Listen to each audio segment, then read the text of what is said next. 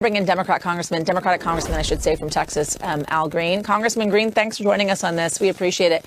I know that you were just taking a listen to my conversation with my colleague, Ali, about kind of how Kevin McCarthy's position as Speaker of the House, a Republican Speaker of the House, is somewhat in jeopardy, right? Getting a couple now, it seems 5 hard no's when it comes to voting for him as Speaker. What do you make of this? Thank you for having me. The Republican Party is currently in a position such that it doesn't know where it's going until it gets there. We just don't know what the outcome of this election will be as it relates to Mr. McCarthy. There are a handful of people, and it only takes a handful. That handful can make a difference.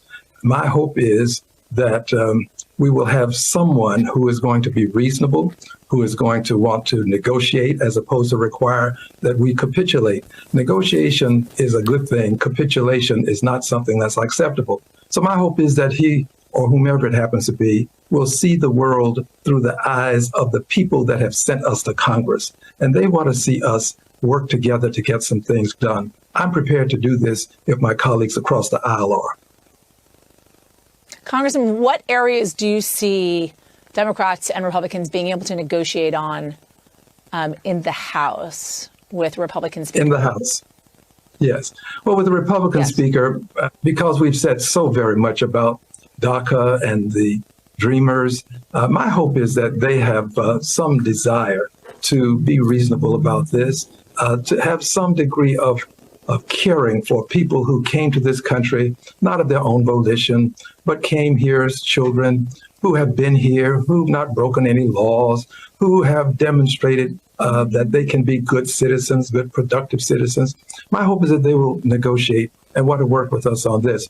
But also, my belief is that we have to try to negotiate to pay our bills and to make sure that we fund the government. We've got to fund the government. We are not a deadbeat nation, so we've got to pay our bills. But funding the government is something that we have to do by December 16th.